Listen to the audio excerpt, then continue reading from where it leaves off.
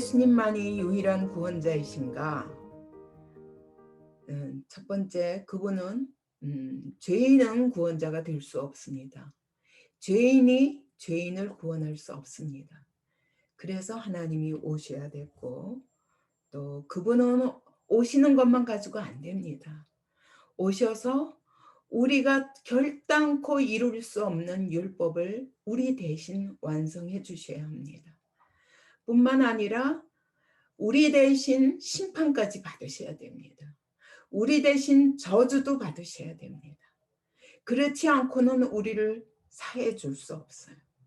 그래서 그분은 우리 대신 율법을 완성하시고, 또 이 세상에 많은 교주들이 있지만, 종교의 교주들이 있지만 아무도 의는 없었어요. 아무도 율법에 하나도 흠없이 다 지킬 수 있는 사람은 없었습니다. 더군다나 아무도 우리를 대신해서 저주받아 줄 사람도 없었습니다. 왜냐하면 우리 모든 사람이 자기가 저주를 가진 죄인이기 때문에 다른 사람의 저주를 대신 지어줄 수 없습니다. 더군다나 자기가 자기 죄로 심판받아야 되기 때문에 모든 인류를 대신해서 그가 절대로 심판받을 수 없습니다. 그래서 하나님의 아들이라야 되는 거예요. 그분 오셔서 우리 대신 죽으시고, 그뿐만 아니라 죽으시는 것으로 끝나면, 그러면 우리에게 또 그분의 죽음이 우리의 죽음이 되고, 그분의 부활이 우리의 부활이 될 수는 없어요. 근데 그분이 부활하셨어요. 부활하셔서 오늘 또 그걸로 끝나는 게 아니라 우리에게 성령을 보내셔서 성령으로 우리 자신을 또 구원할 수 있는, 우리를 아무리 죄를 사해 주셔도 우리는 율법을 지킬 힘이 없습니다. 그래서 율법을 지키고 끝까지 승리할 수 있도록 성령을 보내셨어요.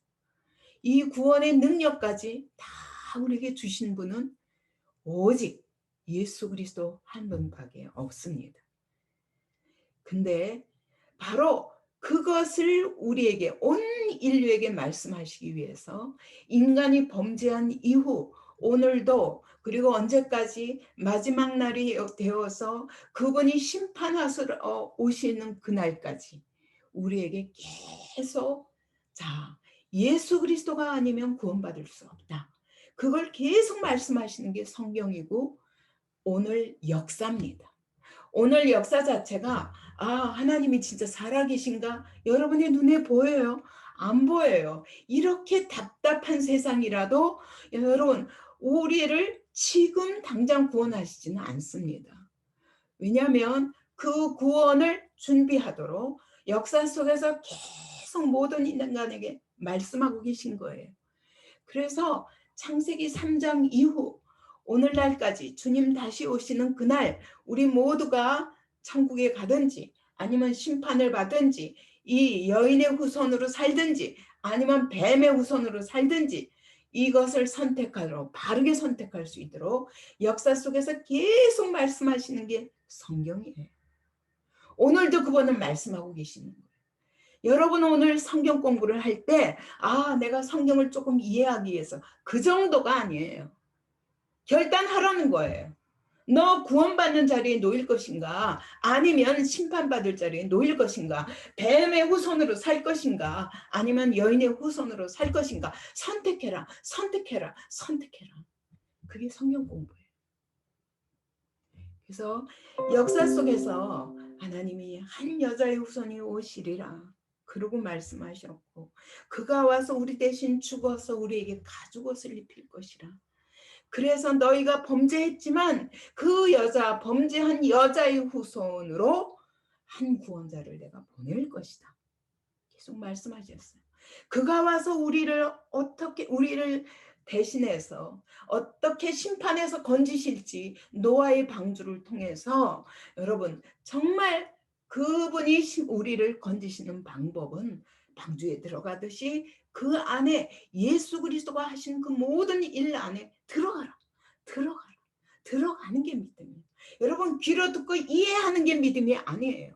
여러분이 들었으면 그 안에 들어가서 오늘 그 구원을 누리고 믿음으로 말이야. 오늘 그분의 길에 순종하며 가는 거예요. 그게 너희를 구원하는 것이지. 언제 노아의 시대에 얼마나 많은 사람들이 다 들었어요. 예, 방주에 들어가라, 들어가라, 들어가라. 그런가 하면서도 당장 눈앞에 보이는 장가가고 시집가고, 예, 밭을 사고, 예, 팔고 하는 일에 눈이 팔려서 들어가지 않은 사람들은 다 멸망한 거예요. 오늘도 마찬가지라는 거예요. 너희가 들어가지 않는 한 구원이 없다라고 선포하시는 겁니다. 그분이 오셔서, 자, 왜 그분이 그럼 무슨 일을 하실 것인가? 번제당에서 자기 몸을 다 들여 죽을 것이라. 너희 죄를 다 뒤집어 쓰고 죽을 것이야. 그래서 그의 피를 들고 속죄소 안에 들어가서 뿌리면 너희가 구원을 얻을 것이야. 이걸 계속 역사를 통해서 설명하고 계신 거예요. 자, 뱀에 물렸다 할지라도 여러분도 마찬가지예요. 오늘 뱀에 물려서 더 이상 거기서 못 나가는 사람들이 너무 많죠. 내가 아무리 구원을 예수님이 이루셔서 보장하셔도 내가 그 믿음의 길을 가지 않는 한 여러분의 구원이 될 수 없다는 거예요. 근데 네가 혹시 뱀에 물려서 지금 속고 있고, 네가 뱀에 물려서 지금 죽을 자리에 가고 병들고 고통스럽고, 아, 이게 지옥이구나 하는 순간에 놓일지라도 이제라도 장대에 달린 노뱀을 바라봐라. 내가 반드시 살리리라. 장대에 달린 노뱀이 뭐냐? 이후로 예수 그리스도가 오셔서 우리 대신 십자가에 못 박혀 죽으심으로 뱀을 저주할 것이라. 그러면서 그 노뱀에 장대에 달린 노뱀을 쳐다본 사람마다 불뱀에 물려서 죽을 수밖에 없는 자리에서도 살리시리라. 이게 바로 구약 역사라는 거예요. 예수님 오시기 전에 충분히 몇 천 년 동안 설명하셨어요. 그리고 그분이 오시면 어떤 모습으로 오느냐? 처녀의 몸에서 잉태될 것이라. 여러분, 처녀가 어떻게 잉태해요? 남자 없이. 그러나 남자 없이 잉태하리라 라고 말씀하신 거예요. 그가 오셔서 어떤 일을 하시느냐? 너희가 첫 언약 선악과를 먹지 말라는 것에 실패했다 할지라도 내가 그 실패해서 내가 너희를 버리고 그 약속을 파기하고 결혼을 파기할 수밖에 없었지만 내가 새 언약을 세우리라. 어떻게? 그분이 성령으로 우리의 마음을 변화시킬 것이라. 새 영을 너에게 주리니 그 새 영이 너희 안에 들어가면 전에 알지 못했던 것들을 알게 될 것이에요. 더 이상 하나님을 믿으라 할 필요 없고 예수 그리스도를 믿으라 할 필요가 없이 어린아이도 알게 될 것이다. 여러분, 우리 아이들 보세요. 어른들보다 훨씬 성령 충만하지. 근데 그 아이들의 고민이 뭔 줄 아세요? 어떻게 하면 내가 성령 충만을 경험했는데도 또 죄를 지어요? 어떻게 하면 성령 충만을 계속할 수 있죠? 여러분, 이런 거 가지고 여러분이 진짜 고민합니까? 애들보다 못한 거예요. 어린아이도 성령 한번 받으니까 성령 충만 상태를 지속하기를 그렇게 사모합니다. 그래서 이 성령님이 오시면 너희 마음을 바꿔서 너희 마음에다가 돌에다가 아니라 너희 마음에다가 아예 말씀을 새겨서 그래서 결단코 하나님을 떠나지 못하도록 새 영을 부을 것이다. 여기까지 약속하신 거예요. 여러분, 그래도 구약의 사람들은 아무리 이걸 믿어도 그걸 체험할 수는 없었어요. 근데 오늘 실제로 그 일들이 역사 속에 어떻게 이루어졌는가? 여러분, 이것까지 볼 수 있는 자리에 우리는 놓여 있는 것입니다. 그래서 바로 예수 그리스도가 하나님의 독생자이기 때문이다. 왜? 왜 예수 그리스도가? 온 인류가 이때까지 수천 년 동안 얼마나 많은 인류가 있었는데 하나님이 딱 이 사람이다 라고 말씀하시는 거예요. 그게 우리는 오늘 보고 있다고요. 그것을. 그죠? 약속하신 대로 여러분, 예수님이 이 땅에 오셨습니다. 근데 어떻게 오셨습니까? 처녀의 몸에 오셨어요. 아니, 요셉과 동거하기 전에 잉태된 것이 나타났더니 어떻게 그런 일이 있을 수 있어요? 근데 그것을 요한복음, 마태복음 1장 18절은 말씀하시는 거예요. 요셉과 마리아가 요셉과 약혼하고 동거하기 전에, 약혼은 했지만 동거하기 전에 성령으로 먼저 잉태되었어요. 그래서 요셉이 끊고자 했잖아요. 아, 파혼해야 되겠다. 이런 여자하고 어떻게 살아? 나 모르는 딴 남자가 있나 보다 라고 생각했는데 천사가 나타나셔서 아니다 요셉아, 성령으로 잉태된 것이다. 그리고 오셔서 설명해 주셨어요. 그래서 요셉이 잉태된 다음에 동거하되 예수님을 낳기까지 전혀 동거하지 않았다고 말합니다. 왜? 하나님의 뜻을 알았기 때문에. 놀라운 일이지. 실제로 역사 속에 이 말씀이 이루어진 것이. 예수 그리스도는 누구시냐?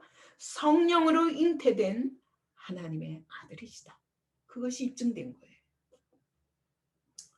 두 번째로는 자, 그러면 이분이 누구냐? 왜 이분이 성령으로 잉태되었느냐? 여러분 그것을 요한복음 1장 14절은 이렇게 말씀합니다. 말씀이 육신이 되어 우리 가운데 거하시고 말씀은 곧 요한복음 1장 1절에서는 말씀은 곧 하나님이시니라 그랬거든요.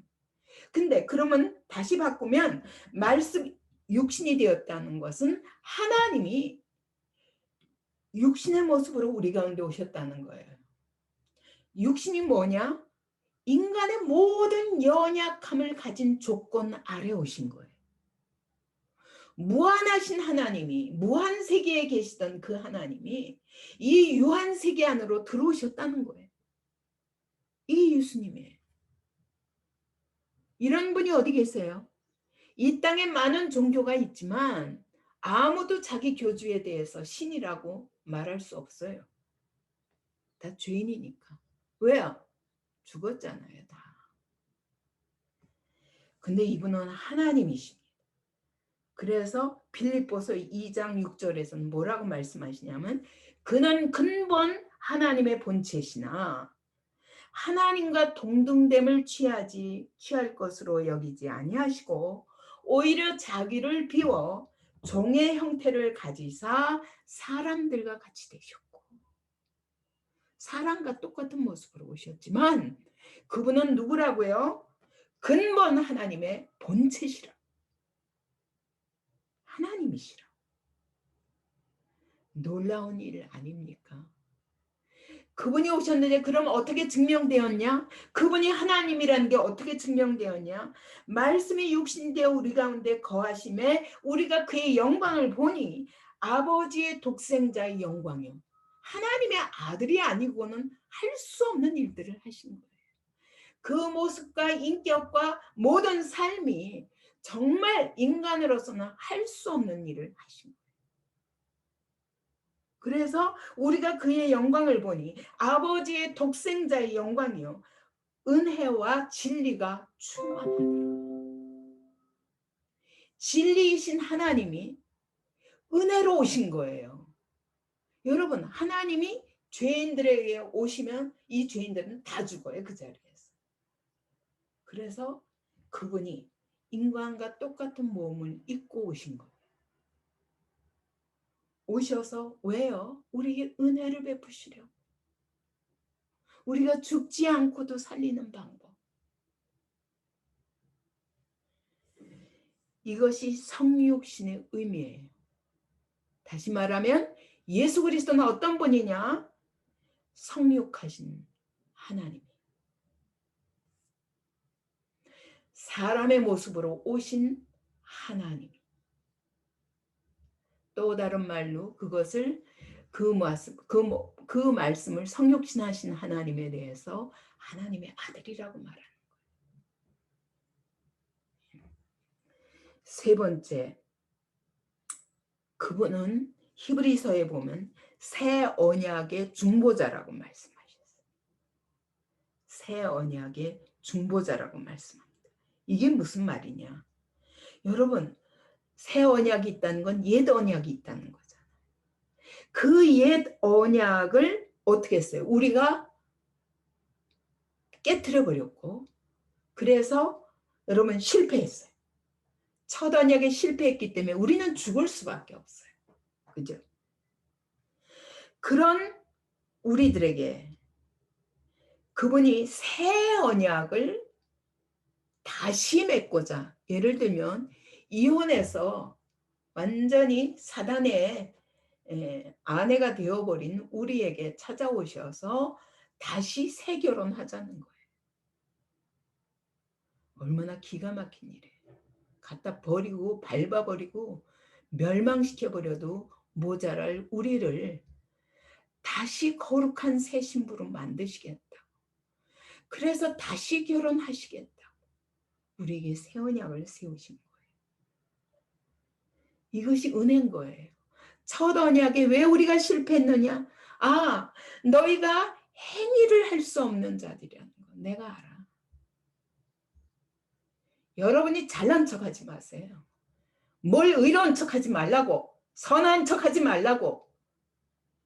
여러분의 선은 하나님 앞에서는 똥 같은 거야. 잔뜩 똥을 발라놔도 그거를 하얗게 칠해도 똥은 똥이에요. 냄새 나는데. 여러분의 안에서 나오는 모든 것이 똥이라고요. 그걸 인정하지 않는 한 온전한 믿음이 결단코 될 수 없어요.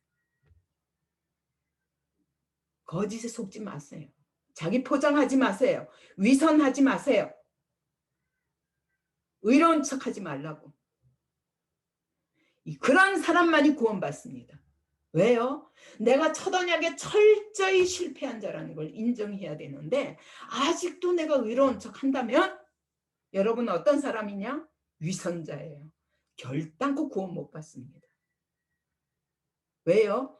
끊임없이 예수의 의를 완전한 하나님의 의를 의지하기보다 자기 의를 의지하니까 절대로 여러분 온전한 구원 못 받아요. 맨날 실패할 거예요.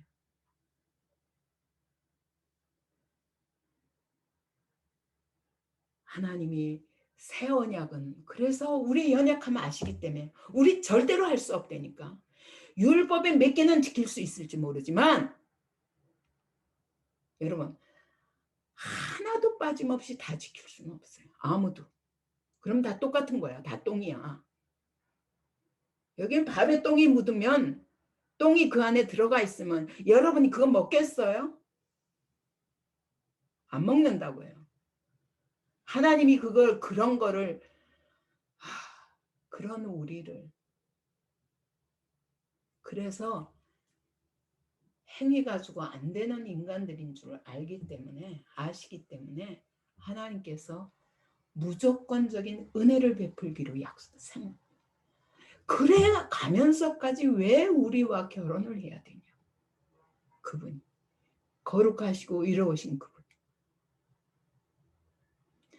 이걸 깨닫는 자만이 정말 나 같은 죄인을 하나님이 이렇게 건지셨고 나 같은 죄인을 이렇게 사랑하시다니 여기에 감격하지.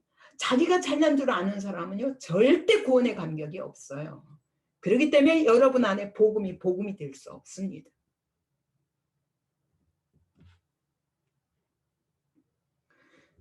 제가 무슨 죄를 많이 져서 이렇게 죄에 대해서 철저히 깨닫게 된 게 아니에요.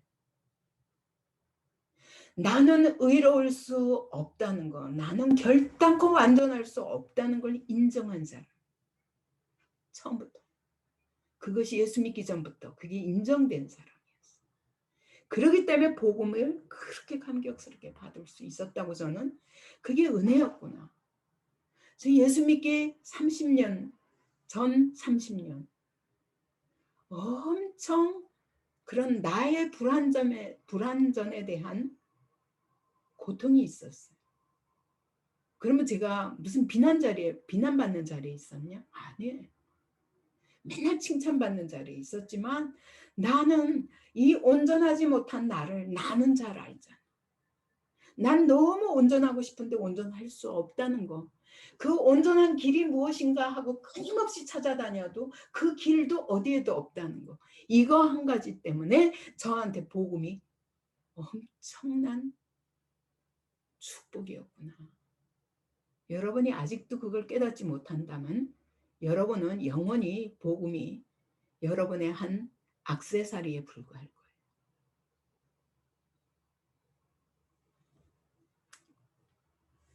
그래서 하나님은 우리가 행위로 안 되는 자인 줄 알기 때문에 무조건적인 은혜를 베풀기로 하신 거예요.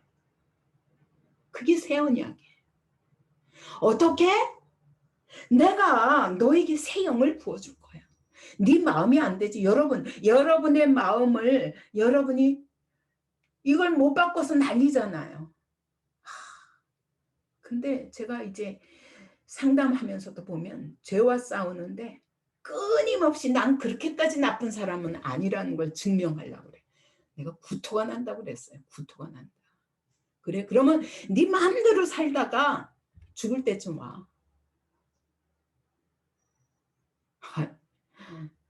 그래도 똥이 예, 뭐 50%는 되지만 아직 똥이 아닌 것도 50% 있다고. 이거나 똑같다고요. 저는 아직 이제는 이 죄와의 전쟁을 40년을 하다 보니까 지긋지긋해요. 인간이. 나도 이렇게 지긋지긋한데 우리 하나님은 왜 포기하지 않으실까? 그 사랑 때문에 오늘도 사역하는 거예요. 그래서 여러분 자신에 대해서 정직해지시기 바랍니다. 그래야 복음이 여러분에게 복음이 될 수 있습니다. 어떻게 나 같은 자에게 주님이 이렇게 값없는 은혜를 베푸실까? 이게 감격이 돼야 되잖아. 그렇기 때문에 감격이 안 된 사람은 절대 헌신할 수 없어요. 헌신의 흉내는 낼 수 있지만 헌신 자체를 할 수 없어요. 왜요? 아직도 나를 증명해야 되기 때문에. 그죠? 어떤 사람이 복음에 대해서 하나님이 죽으라면 죽을 수 있는가? 물론 그거는 끊임없이 자기와의 싸움이 필요합니다. 그러나 어떤 사람이 그러냐? 폴리갑처럼 86년 동안 하나님 나를 한 번도 배반한 적이 없는데 내가 어떻게 그분을 배반할까?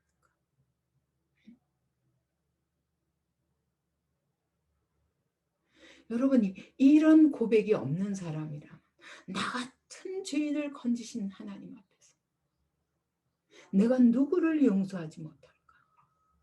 하나님이 나 같은 죄인도 용서하셨는데 여러분 이런 사람만이 복음대로 살 수 있어요. 복음을 따라 살고 싶어지고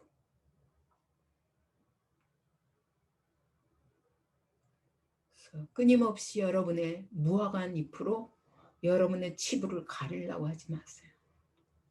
그래도 난 그 정도는 아니야. 자꾸 변명하고 싶죠. 하나님은 안 속으세요. 사람은 속을 수 있어요. 여러분이 여러분 자신을 속일 수 있어요. 하나님을 속일 수는 없어요. 그래서 하나님은 그냥 무조건 하시기로 하신 거예요. 이게 새 언약. 여러분 이 무조건이 감격스럽지 않은 사람은 절대로 새 언약의 영, 새 영을 사모하지 않아요. 나는 아직도 어려운데 여러분의 그 마음과 그 썩은 마음과 여러분의 그 거짓 영 그대로 살라고요. 안 그래? 진짜 새 영을 주실 분은 예수 그리스도, 그분밖에 없어. 오죽하면 이성철 스님이라고, 여러분 8년 동안 잠을 안 자고 앉아서 잠을 자면서 수행한 그분도 가시면서 뭐라고 그랬어요?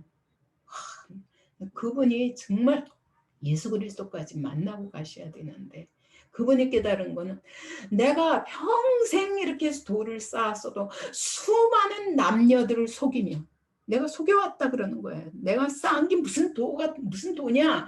내 죄가 저 앞에 수미산 뭐 넘어가는 도다. 그 수미산이라는 건 사실은 가장 높은 산을 말하는 거거든, 불교에서.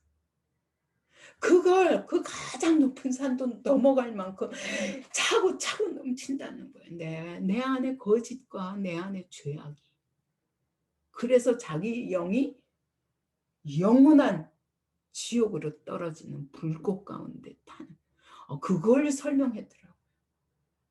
이 사람 진짜 정직한 사람이구나. 근데 너무 아깝다. 복음을 몰라서. 우리는 당신보다 더한 사람이에요. 근데 하나님의 은혜로.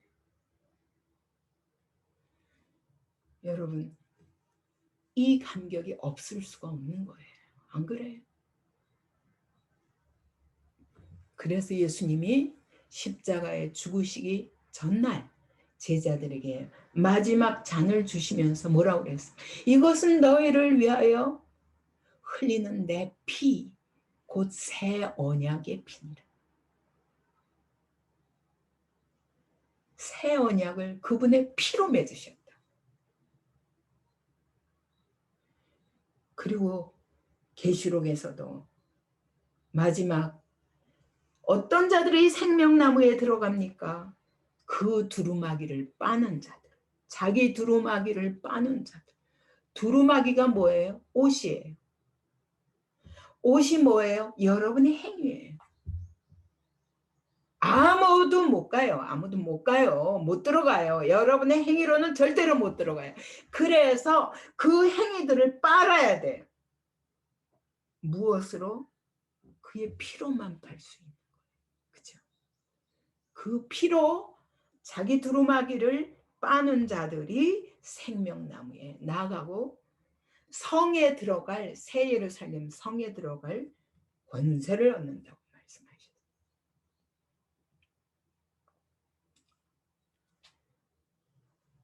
그래서 자, 네 번째, 그분은 우리를 대신해서 죽으실 수밖에 없었던 거예요.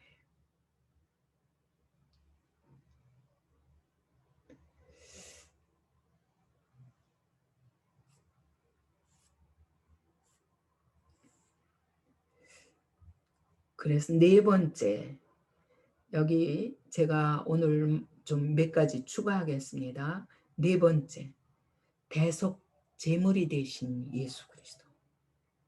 그래서 그 피를 흘리기 위해서 그분은 내가 인자가 온 것은 섬김을 받으러 온 것이 아니라 오히려 자기 목숨을 많은 사람의 대속물로 주려고 오셨다라고 말씀하셨어요. 뿐만 아니라 여러분 히브리서 9장 11절 12절 보세요. 9장 11절 12절 보면 그리스도께서는 장래 좋은 일의 대제사장으로 오신 거예요. 장래 좋은 일이 뭐냐? 우리가 손으로 짓지 아니한 이 창조에 속하지 아니한 더 크고 온전한 장막으로 들어가게 하기 위하여 그분이 염소와 송아지 피로 하지 아니하고 자기 피로서 영원한 속죄를 이루사 우리가 단번에 성소에 들어가게 하셨습니다. 이 땅에서는 지성소, 다시 말하면 하나님의 임재 앞에, 하나님의 영의 임재 앞에 나아갈 수 있게 되었고, 마지막 날에는 우리가 다 저 영원한 새 예루살렘 성으로 들어가게 될 것입니다. 이것을 위하여 그분이 우리의 대속 제물이 되어 주셨습니다. 그래서 예수님이 십자가에 죽으실 때 어떻게 하셨어요? 신포도주를 받으신 후에 영원히 떠나가셨어요. 떠나가시면서 뭐라고 그러셨어요? 다 이루었다. 뭘 이루셨어요? 대속제물의 사명을 다 이루셨어요. 그래서 그분은 이 땅에 오셔서 우리를 대신해서 십자가에 못 박혀 죽으심으로 우리가 저 영원한 성에 들어갈 수 있는 길을 열어주셨어요. 그의 피로 속죄소에 자기 피로 뿌리시고 우리를 그 자리에 초대하신 거예요. 여러분, 그냥 예수님이 우리를 대신해서 십자가에 죽으셨기 때문에 내가 구원받는다. 이 유치한 거기서 머무르면 안 돼요. 그게 무엇을 의미하는가를 알아야죠. 그래야 믿음이 생기지. 그걸 알게 하시는 분은 사실 성령님이에요. 여러분이 아직도 십자가가 여러분에게 감격이 안 된다면 여러분 안에 성령님이 아주 미약하게 잠깐 체험하게 하셨거나 아니면 아직 오시지 않은 거예요. 여러분, 그래서 우리가 성령 충만을 사모하는 거예요. 내가 잠깐 경험한 것으로 그게 알아지지 않아요. 여러분이 말씀이 정확해야 성령님이 역사하시지. 근데 말씀의 시간을 안 드리고 말씀에다 내 생명을 걸지 않는데 여러분에게 어떻게 성령님이 오셔서 여러분에게 그냥 공짜로 잠깐 깨닫게 하고 마실 것 같아요? 여러분, 순종하는 자에게 성령님이 성령 충만이 지속되는 거예요. 맨날 자기 뜻대로 가는 사람한테는 여러분 그렇죠. 아무리 선물 갖다 줘도 별로 변하지 않는 사람, 뭐하러 그 선물을, 기가 막힌 영원한 선물을 줘요? 가치 있는 자에게 주지. 심지어 대학교도 입학시험 봐야 뽑잖아요. 어디든지 직장도 여러분 시험 쳐서 뽑잖아요. 어떻게 없어요? 저기 영원한 성에 들어가는데. 여러분, 그 영혼의 성에 들어갈 수 있는 기업의 보증으로 성령님을 주시는데 어떻게 공짜로 주세요? 말만 하는 사람, 잘난 척하는 사람, 아직도 스스로 의로운 사람, 절대 성령님이 충만하게 거하실 수 없습니다. 다섯 번째, 그렇게 대속제물이 되어 죽으셨지만 그분은 사흘 만에 부활하셨습니다. 약속하신 그대로 이루고 계시잖아요. 그죠?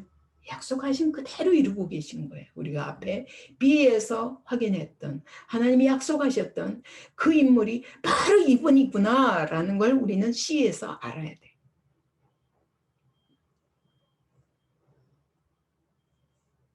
그래서 사흘 만에 부활하시면서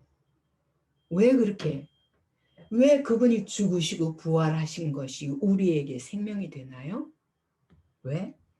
그래서 약속하시는 거예요. 세례를 통해서 너와 내가 합한 거야. 나의 죽음이 너의 죽음이 되고 나의 부활이 너의 부활이 될 것이야. 라고 약속하신 게 세례. 그죠? 그래서 세례를 통해서 여기 로마서 6장 4절에 보니까 그의 죽으심과 합하여 세례를 받았다. 그와 함께 장사되었다. 그래. 왜? 그렇게 해서 어떻게 하려고?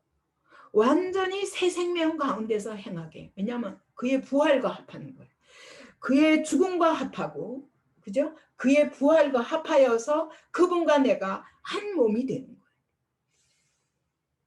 그걸 위해서. 그러면 여러분이 그냥 거저 내가 예수 믿기 때문에 부활하리라. 그거 아니에요. 여러분이 진짜 그분과 합해져야 돼요. 믿음이라는 게 그분과 내가 하나가 되어서 이젠 나는 없다. 바울이 말한 것처럼 갈라디아서 2장 20처럼 이제 나는 죽었고 내가 그리스도와 함께 살았다. 이제 내 안에 사는 것은 내가 아니라 그리스도다. 이런 사람만이 진짜 부활의 영이 여러분 안에 있는 거예요. 그러니 제가 늘 안타까운 게, 전 진짜 이게 20년 동안 설교하다가 20년 만에 설교가 싫어지는 시점이 왔어요. 그래서 제가 은퇴하게 됐어요. 왜 그런 줄 아세요? 백날 들어도 모르는구나. 뭐 내가 설교를 잘한다고 여러분이 변하는 게 아니라 여러분을 변화시키는 일에다가 나는 전심하리라. 내가 이렇게 여기서 비마쳐야 할 사람들 때문에 할 말 못하고 적당히 하고 못 견디겠더라고요. 그래서 제가 성경 공부, 이제부터 성경 공부할 적에는 진짜 내가 제자 만들리라, 이런 마음으로 사실 은퇴한 거예요. 너무너무 지겹더라고요.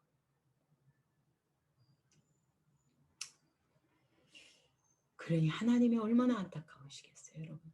하나님이 이 놀라운 약속, 내가 너와 하나가 될게, 내가 너와 한 몸이 되어 살게, 내 안에 네 몸 좀 빌려줘, 내가 내 안에 들어가서 살게. 여러분, 이게 얼마나 감격이에요. 근데 절대 합할 수가 없어. 왜? 내가 88 살아서. 내가 죽었다는 세례는 수없이 받고 뭐 세례를 주는 목사도 내가 죽은 사람 보기 힘들더라고요. 내가 안 죽으니 하나님이 어떻게 일하세요?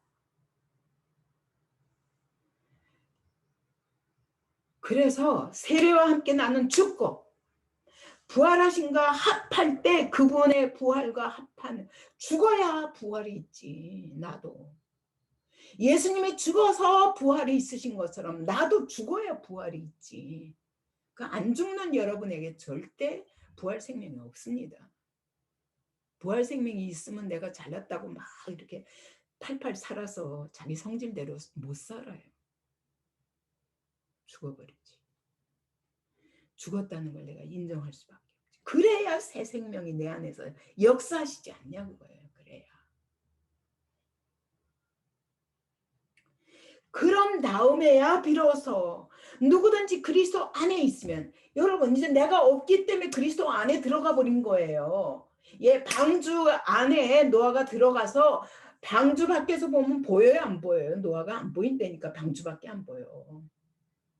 이와 같은 상태가 되어야 그리스도께서 여러분이 그리스도 안에 있는 거예요. 그래야 새로운 피조물이지. 그걸 안 하고 팔팔 살아서 끊임없이 자기 생각과 자기 고집과 자기의 자기 의로 끊임없이 이런 사람한테 절대 부활 생명 역사하실 수 없어요. 새 생명 가운데 살 수 없어요. 내가 새 생명이라고 붙인 게, 이걸 이 말을 못 알아듣는 게 내가 안타까워요. 제가 보니까 모든 교회마다 새 생명 그러면 새 신자를 위한 거더라. 근데 내가 보면 그걸 봐가지고는, 그걸로 공부해가지고는 절대 새 생명을 얻을 수 없는, 그래서 할 수 없이 제가 썼어요. 써도 안 되더라고요. 쓴다 그래서 다 알면 좋게. 그래서 내가 이제 제자 훈련에만 전심하기로 한 겁니다.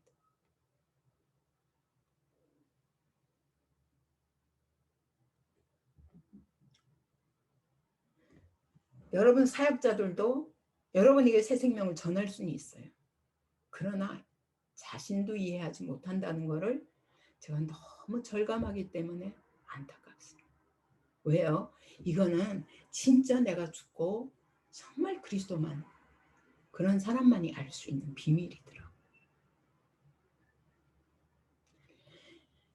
그래서 여러분이 이제 나는 죽고 이제 내 안에 사시는 분은 그분이다 라는 고백이 나올 때, 그때 여러분이 새 생명 가운데 살기 시작하는 거예요. 그렇게 하기 위해서 어떻게 하냐? 진짜 내가 죽고 예수님의 부활과 예수의 죽음과 부활과 내가 딱 하나가 된 사람들에게 어떻게 하시냐? 6번째, 성령으로 인치십니다. 아무나 성령으로 인치시는 거 아니에요. 성령님이 들어오시려면 여러분 확실히 죽어야지. 예수님이 죽으시니까 보좌에 승계하시고 나서 아버지께 약속하신 것을 받아서 우리에게 부어 주셨다고 사도행전 2장 33절은 말씀하십니다. 오른손으로 예수를 하나님이 높이셨어요. 딱 그 자리에 가서 비로소 약속하신 성령을 아버지께 받아서 너에게 보고 듣는 이것을 부어 주셨느니라. 성령의 역사가 그냥 일어난 게 아니라 예수님이 확실히 죽으셔서 승리하셨을 때. 오늘도 마찬가지예요. 여러분, 어떤 사람에게 성령을 부어 주시냐? 부어 주신 거. 아니, 똑같은 자리에 500명이 있었다고요. 예수님 부활하실 때. 근데 예수님이 약속하신 것을 기다리라. 그 약속 때문에 그걸 붙잡고 집에 안 가고 기다리면서 계속 기도한 사람들. 이런 사람들은 어떤 사람이냐? 내가 완전히 죽은 거예요. 집에 안 가고 싶은 사람 어디 있어요? 여러분, 절기 지내느라고 두 주씩 절기 지내라고 있으면요. 세 번째 주 가면요. 다 집에 가고 싶지. 없는 거 너무 많고 불편한 거 너무 많잖아요. 그런데도 약속 때문에 다 걸고 어떻게 될지 몰라요. 집에 가서 집에서도 난리가 났을 거고 뭐 다 그랬을 거예요. 그러나 그 약속 때문에 남은 사람이 120명이었던 거예요. 오늘도 마찬가지더라고요. 아무리 여러분에게 하나님의 약속을 전해도 이걸 붙잡고 실천하는 사람이 있는가 하면은 절대로 내 생각은 여전히 내 생각이야. 딱 머리로 그쳐서 이제 주시겠지. 그리고 왜 안 주셔? 내가 이렇게 노력하는데 왜 안 주시는 거야? 이러고 하나님께 화낸다고. 내가 보기에는 제가 순종할 마음이 없으면서. 얼마나 가증스러워요. 성령으로 인치어서 부어주신 사람들이 어떤 사람이냐? 약속 붙잡고 약속에다 내 생명 거는 사람이에요. 내 삶을 거는 사람이에요. 그러면 그래서 보세요. 13절 에베소서 1장 13절 14절 한번 보세요. 그래서 성령을 부어주셔서 어떻게 됐냐?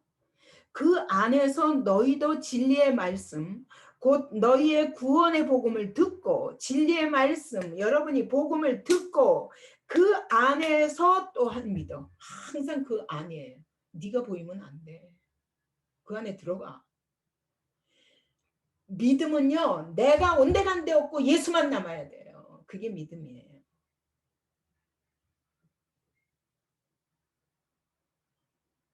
그 잘난 육체와 그 잘난 어리석은 머리 가지고 여러분 하나님 속이려고 하지 마세요.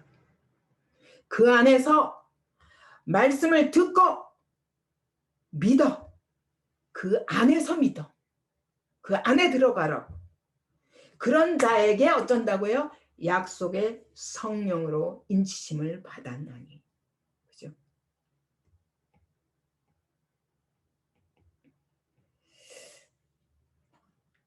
약속의 성령 이런 사람만 약속의 성령으로 인치심 받았나니 14절에 이는 우리 기업의 보증이 됐어.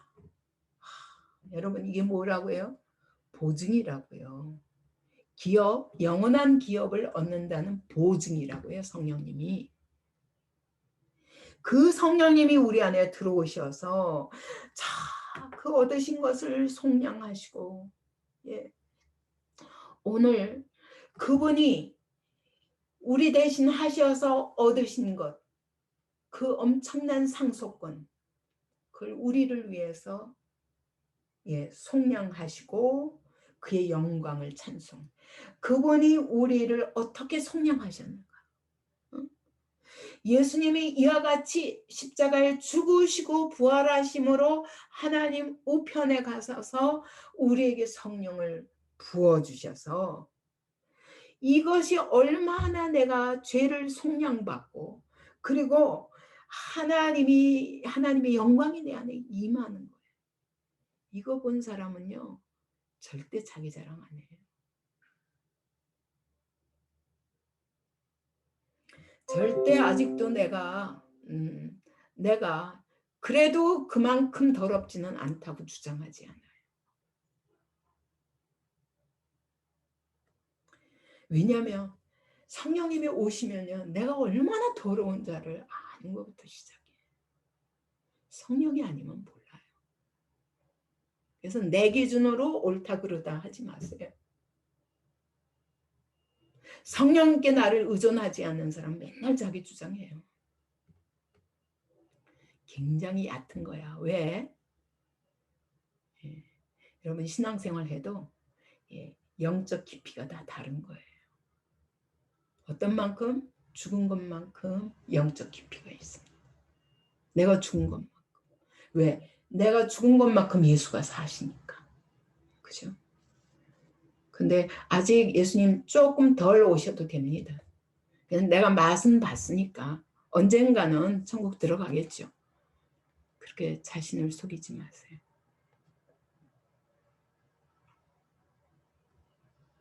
그래서 이 성령님이 오셔서 하시는 일이 뭐냐? 내가 보증이다. 응? 너를 천국까지 반드시 인도할 거야. 보증해 주신. 성령님이 내 안에 계시면 이 보증 때문에 여러분 이 성령님께 100% 의지하는 사람 맨날 감격 속에 살아요. 저도 제가 제 자신이 이해가 안 갈 때가 많아요. 상황은 너무 어려운데 이 기쁨은 그치지 않아요. 그리고 항상 하나님이 승리하시리라. 이 믿음 그치지 않아요. 그게 뭐냐? 거기다 다 걸어서 그래요. 저한테는 다른 소망은 없어요. 예수 외에는. 그래서 그분이 나의 보증이 되어주시기 때문에 그분은 약속을 절대로 지키시는 분이시기 때문에 그렇기 때문에 신뢰할 수 있고 오늘도 나의 부족을 맨날 느끼면서 더 갈수록 목은 더 말라요. 왜냐하면 하나님이 얼마나 크신 분인가를 아는데 거기에 비하면 나는 지금 너무 자격 미달이야. 진짜 그게 안타까워서 늘 목마른 거예요.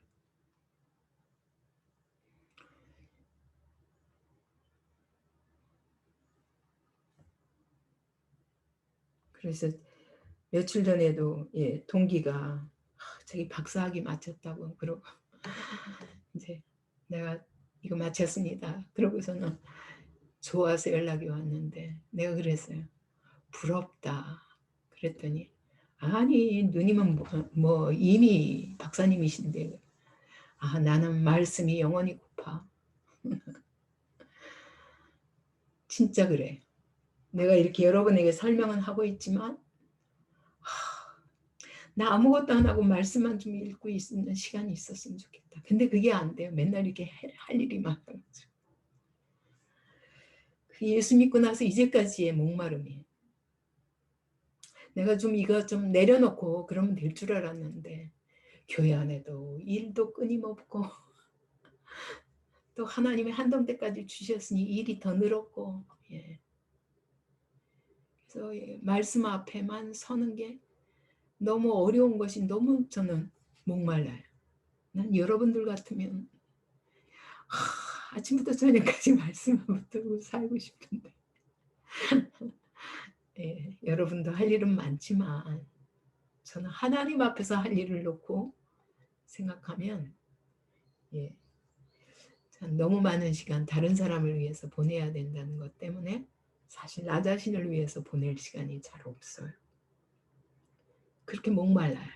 여러분에게 가르칠 수는 있어도 저도 목말라요. 나는 하나님의 완전하심 그걸 너무너무 사모하고 그 완전하신 그 하나님의 마음 하나님의 그 말씀의 지혜 이거 너무너무 얻고 싶어서 그래서 여러분 하나님이 그거 가지라고 우리에게 성령을 보내주셨거든요. 그죠? 이 성령님이 오늘 우리 안에서 어떤 놀라운 일을 하시는가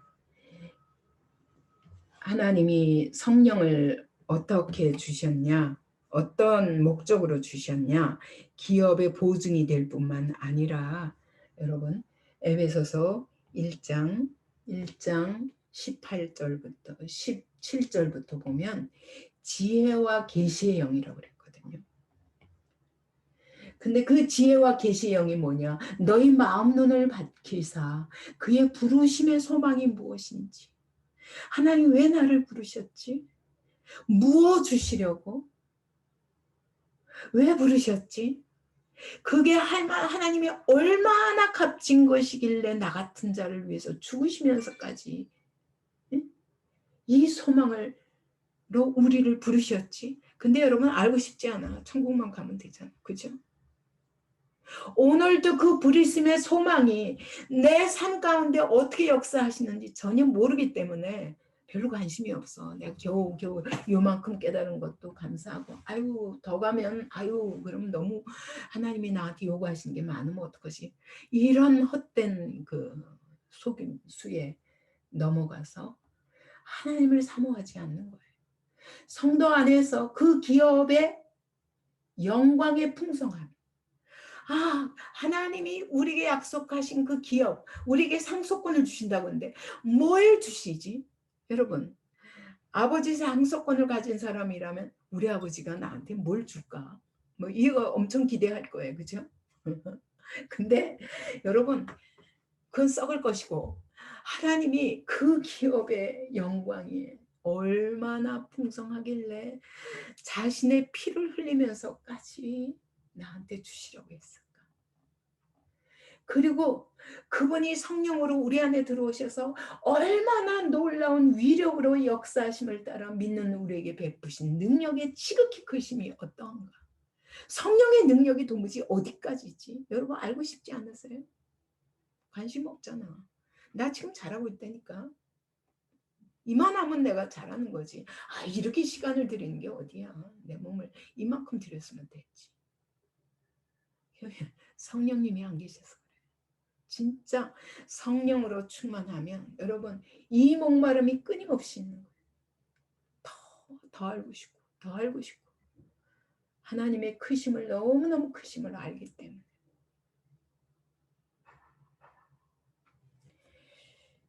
여러분 이렇게 해서 성령을 우리에게 보내시는 이 목적이 바로 이렇게 놀라운 영광이라고요.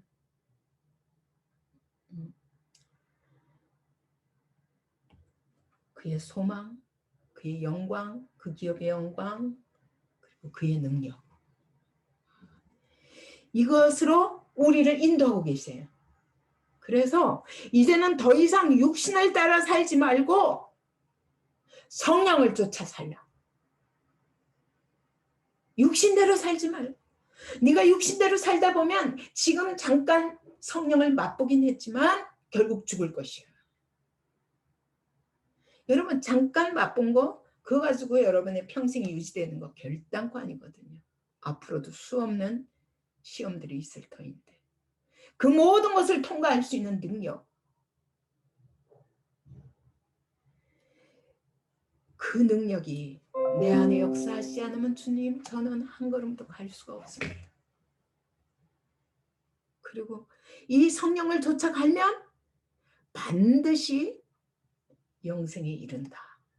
뿐만 아니라 너희가 이 땅에서 그의 베푸신 엄청난 능력을 가지고 성령의 권능을 받고 예루살렘과 땅끝까지 이르러 내 증인이 되리라.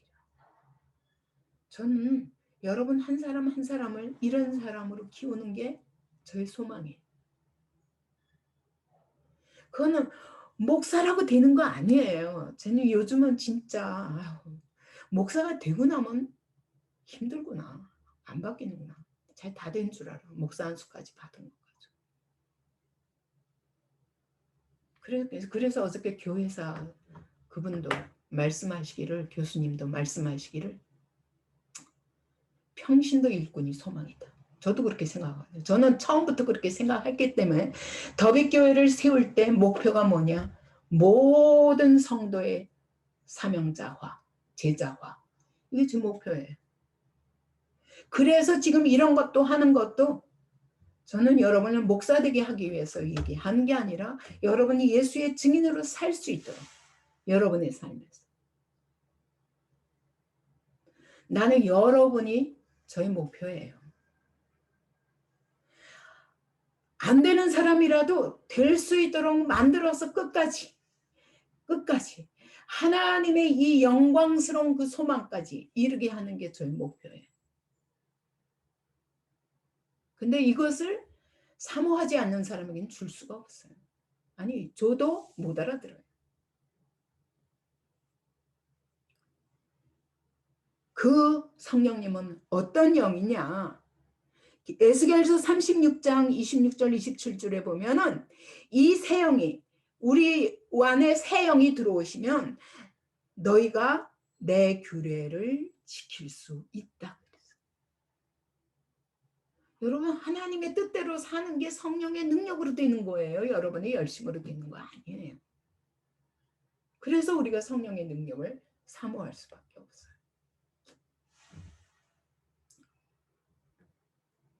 그래서 이 성령님을 가리켜 성경에서 또 다른 말로 양자의 영이라고 말하는 거예요. 양자의 영. 양자의 영이 뭐냐? 우리가 양자가 되었어요. 입양된 거예요. 하나님의 가문에, 예수 그리스도의 가문에 입양되었어요. 그래서 하나님을 아버지라 부를 수 있게 되었고, 하나님은 우리에게 어마어마한 권세를 주신 거예요.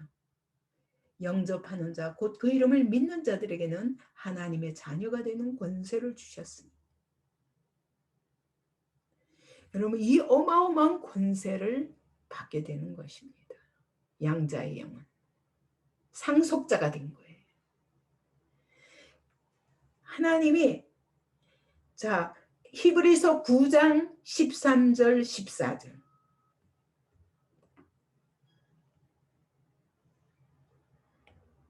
13절 14절 자, 염소와 항소의 피와 및 암송아지의 죄를 부정한 자에게 뿌려서 그 육체를 성결하게 하여 거룩하게 했다면 하물며 영원하신 성령으로 말미암아 흠없는 자기를 하나님께 드린 그리스도의 피가 어찌 너희 양심을 죽은 행실에서 깨끗하게 하고 우리 양심을 깨끗하게 하고 살아계신 하나님을 섬기지 못하게 하겠느냐? 여러분, 살아계신 하나님을 섬길 수 있는 것도 성령으로 말미암은 것이고 또 우리 양심을 저는 정말 상담하면서 진짜 근본적으로 양심에 화인 맞은 사람이 있구나. 아무리 말해도 죄를 죄로 인정할 수가 없는 사람들이 있더라고요. 돌이야, 돌. 그래서 화인 맞아도 불화살을 맞으면요 생살이 나올 수 있어요? 안 나와요. 안 나온다고. 그러니까 아무리 자극을 줘도 생살이 안 나오는 거예요. 이런 사람은 하나님도 포기한 사람이잖아요. 그죠? 근데 그리스도의 피가 어찌 너희 양심을 죽은 행실에서 깨끗하게 하고 살아계신 하나님을 섬기게 하지 못하겠느냐? 근데 이렇게 양심에 화인 맞은 사람이라도 성령님은 하실 수 있다. 우리 양심을 회복하고 여러분 하나님의 말씀을 지킬 수 있는 능력을 주신다니까. 이게 어마어마한 축복인 거예요.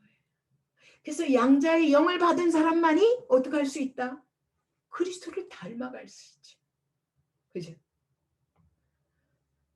로마서 1장 29절처럼 하나님이 우리를 그 뜻대로 부르신 자들은 여러분 결국 하나님의 아들을 본받게 하시는 거예요. 그 과정이에요. 예수 믿는 과정은 여러분 우리가 그리스도를 닮아갔는데 양자의 영을 안 받은 사람이 어떻게 그리스도를 닮아가요? 절대 못 닮아요. 흉내내지 마요. 흉내내고 내가 뭐 성령의 인도하심을 받는 척하지 말고 진짜 성령으로 말미암아서만 내가 닮아가려고 노력하는 게 아니라 성령님이 내 마음을 바꿔주셨어요. 그러면 이 양심이 살아가지고 요만한 죄도 괴롭고 나를 고집할 수가 없어요.